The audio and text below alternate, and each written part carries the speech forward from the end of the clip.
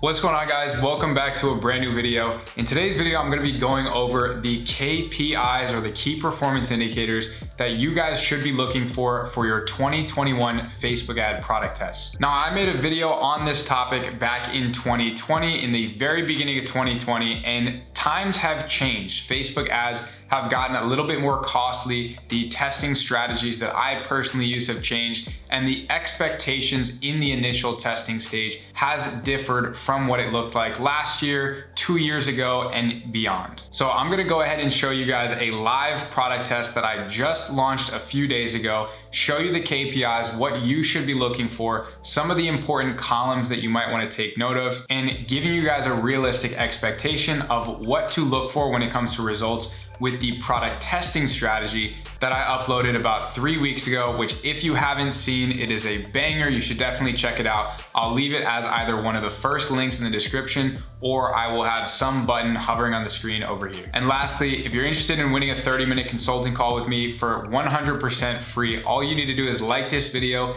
leave a comment down below within the first hour of my videos being uploaded, and of course, make sure that you're subscribed. Now let's get into the video. All right, so as you guys can see, today is actually February 6th, 2021, and I started this product test on February 3rd. So if we go from the duration of the 3rd to the 6th, we're going to see that the product averaged right around a 2.5 ROAS, and it did miss a couple of sales, but we'll play devil's advocate and say it was a 2.5. And to give you guys an idea, the break-even dollar value, right? The break-even point is around $30 US, and the break-even ROAS is about a 1.7. So pretty much what we're looking for here is anything above a 1.8 is relatively fair game when it comes to profitability, when you factor in refunds, chargebacks, transaction fees, and all of that fun stuff. So what I preach when it comes to analyzing your product test is really doubling down on the first 24, 48, and 72 hours. And in these 3 days and these increments of time, you can really get an idea of some of the patterns that start to develop,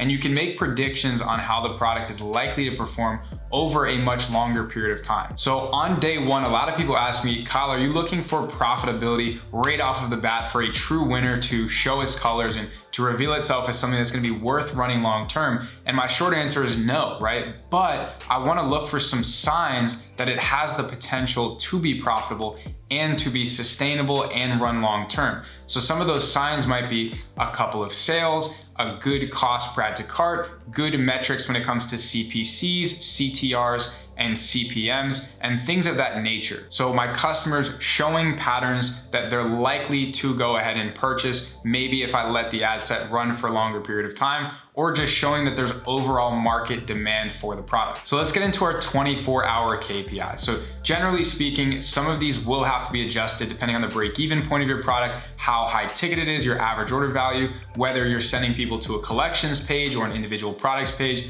But for the most part, we wanna see a break-even ROAS within 20% of our break-even point. So that means if your break-even point is a 2 and you're getting a 1 ROAS day 1, even though you're getting sales, you might not be seeing that proof of concept that we need, or those signs that are gonna make it confident for you to continue running that product. Whereas maybe if you hit a 1.5 or a 1.6 ROAS, you're just that much closer to your break even, and maybe just letting it sit for a couple of days and optimize will allow you to achieve that break even ROAS, if not higher. Then generally speaking, what we wanna see, assuming that you're testing products within the $15 break even point range, all the way up to even $50 or $60, we wanna see less than a $1 cost per link click, not CPC all. These are two very different metrics when it comes to breaking them down with Facebook. CPC, cost per link click, is how many people actually click your link and get to your website. Now, sometimes if you have a shortened URL in your Facebook ad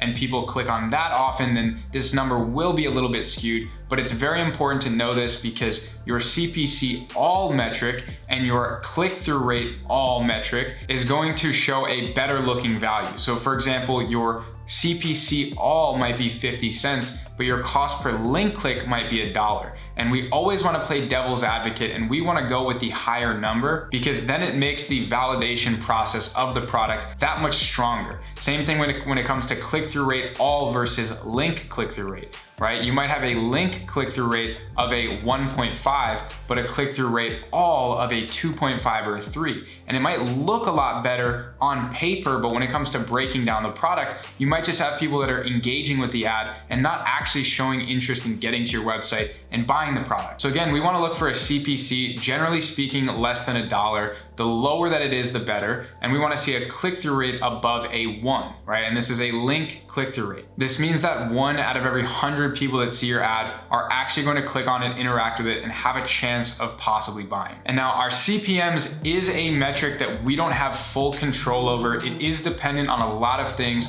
such as your creative, your landing page, the size of the audiences that you're targeting, your overall ad account health, the consistency of products that you've tested. And if you've tested a lot of crap products in the past, it might stay relatively high because customers didn't interact with those previous products well. So Facebook might not think that your product selection is good or that your business is good and that your customers are going to have a good user experience. And they might penalize that and give you a slightly higher CPM. So all that I can suggest for a better CPM is testing better products, fresher creatives, and relevant audiences.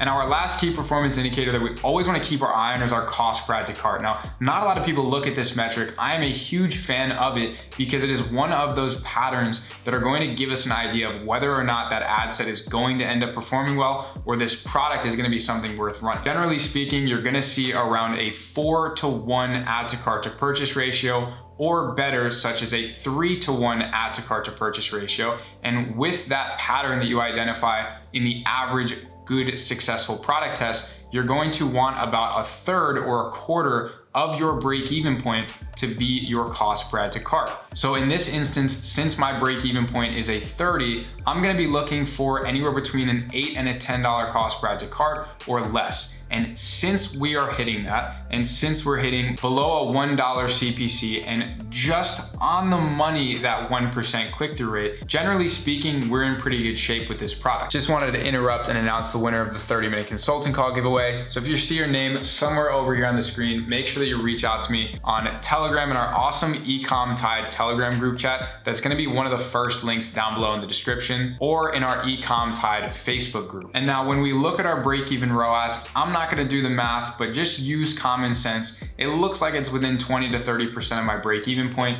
So even though it's not break-even and it's not profitable here, it is showing good signs of potential growth. So we're gonna let this run one more day. And just in case you guys didn't know, I am using that testing strategy that I talked about in the video that I launched about Facebook product testing a couple videos back. So again, I definitely recommend you check that out. But all that is basically a $100 CBO with 5 to 7 relevant interests, maybe one of them being an open targeting ad set that is no interest, maybe some of them being celebrities or interests or magazines, whatever it might be. So your results will depend on the strategy that you're using in addition to the way that Facebook allocates your budget. All right, so now this is February 4th, day 2 of running this product. And as expected, we let it sit. The signs looked good, even though it wasn't profitable. We let it sit and optimize for just one more day. And overnight, it ended up looking a lot better, right? Now we're at a 1.8 ROAS with a break-even ROAS of about 1.7. So we're in that little bit of profit range. Now, I don't think our initiate checkouts and our purchases are attributing 100% properly here, but we are seeing a very similar pattern of right around a $6 cost per add to cart. So again, it still maintains below that 1/3 to a quarter of our break-even point as our cost per add to cart value, which is right where we want it. Now, our CPCs got a little bit higher, but our click-through rate also got higher, which means that if our click-through rate got 30% better, then technically we can afford a 30% higher CPC and still maintain the relevance and preserve relatively good user metrics. Now, our cost per purchase also stayed the same, so it's likely here that there's about 1 or 2 maybe double orders, and that's why our average order value increased. But overall, we let it sit, we let it run for a second day. And let's see, over the first 2 days, in the first 48 hours, we've seen improvement, right? That's all we're looking for after those first 24 hours where we dissect those metrics. We wanna look over the course of 48 hours, and all we wanna see is a little bit of improvement, and that's what we saw here. So now on the third day, we again kept letting it sit, we kept letting it optimize because it was showing better and better signs, and we finally got into that profit range. And this is right around 25 to 30% profit, I believe. Our cost per add to cart dropped to about half the original value we were getting. Our cost per add to cart decreased by about 20 to 30%. Our add to cart to purchase ratio maintained right around that 4-to-1 ratio that I just talked about in the beginning of this video, where you tend to see patterns when it comes to good products and e-commerce ratios, right? Whether it comes to add to carts or purchases or your general conversion rate. And again, our CPC and our CTR and CPM are starting to neutralize and level out to this point where it's still maintaining its profitability and we're maintaining relatively high quality traffic. And now just to brag a little bit and show you guys today, because I don't flex results, this is not very impressive, you know, a 5 ROAS with $60 spent and 300 generated. But I just want to let you guys know that I'm actually practicing what I preach. I'm implementing my strategies, making sure that they work for myself time and time again before I tell you guys anything. So I hope this can kind of show you guys, you know, take it with a grain of salt, everything that I mentioned. But when it comes to the KPIs, this is what I personally look for. You're gonna have to develop your own set of KPIs. But again, today it is about 3:22 p.m. and we've spent 60 to make 300 with a solid 6 ROAS. I think at this point I did turn off 1 or 2 interests that weren't performing very well at the ad set level. But again, just letting it sit and letting it optimize, even if this spent the full 100, this would be the highest ROAS day, right? On the 4th day, a 1.3 ROAS to about a 3 ROAS. And again, when we average all of that out, we are right around that 20% profit range, which is exactly where we want to be in terms of the foundation and the proof of concept that we need to be able to scale this product. And as far as columns, these are just the personal columns that I like to use. I have other sets of columns that have some custom metrics or that have different metrics for analyzing and interpreting data in different ways. But generally speaking, the most important things that you want to look for are these first 5 columns. This is all that really matters in your business, how much you're spending and how much you're making back. And everything past cost per add to cart